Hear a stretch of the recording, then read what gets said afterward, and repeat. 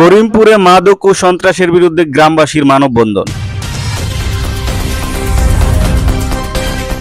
সময়ের জনপ্রিয় digital platform Bengal টিভিতে আপনাদের স্বাগতম।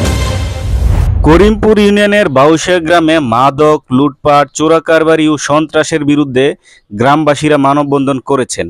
তাদের অভিযোগ, দীর্ঘ 16 বছর ধরে 6 নং ওয়ার্ড আওয়ামী লীগ সভাপতির নেতৃত্বে এসব অপরাধ চলছে। গ্রামবাসীরা অপরাধীদের শনাক্ত করলেও প্রশাসনের কোনো কার্যকর পদক্ষেপ নেই। প্রতিবাদ করলেই হেনস্থার শিকার হতে হচ্ছে স্থানীয়দের।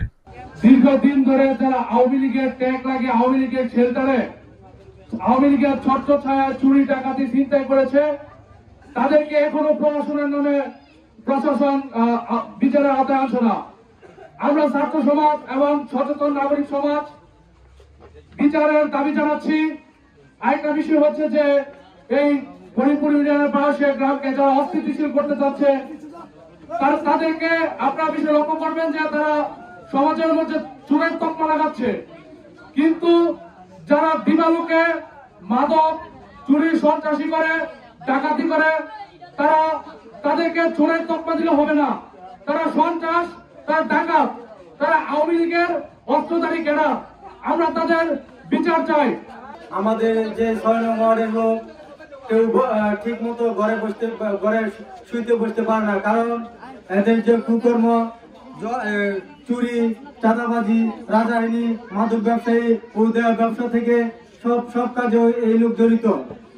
এক নম্বর হলো মনির হোসেন, করিমপুর ইউনিয়ন 6 নং ওয়ার্ড আওয়ামী লীগ সভাপতি। এর দাপটে এর ভাই সহ সবাই এই কাজে লিপ্ত ছিল। আপনারা সবাই এই মানববন্ধন সংগঠিত করুন।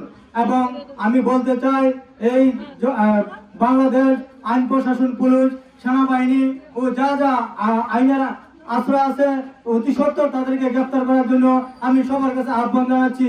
মনির হোসেন, আলী হোসেন, আনার হোসেন তারা মাদক ব্যবসা শুরু করেন। তিনি আজ থেকে 17 বছর যাবৎ আমাদের এলাকা যা মা বোন আছে তাদের স্বামী সবাই বিদেশে থাকে। তারা কেউ ঘরে থেকে বের হয়ে কোনো কিছু কাজকর্ম করতে পারে না।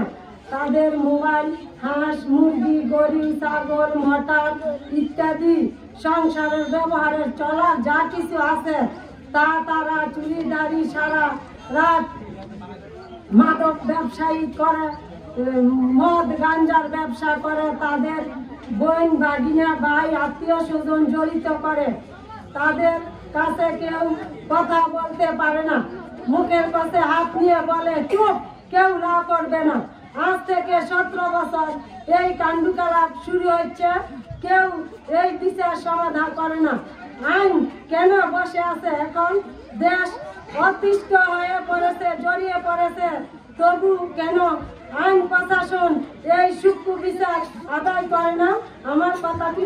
বিচার চাই, মনির ডাকাতের বিচার চাই,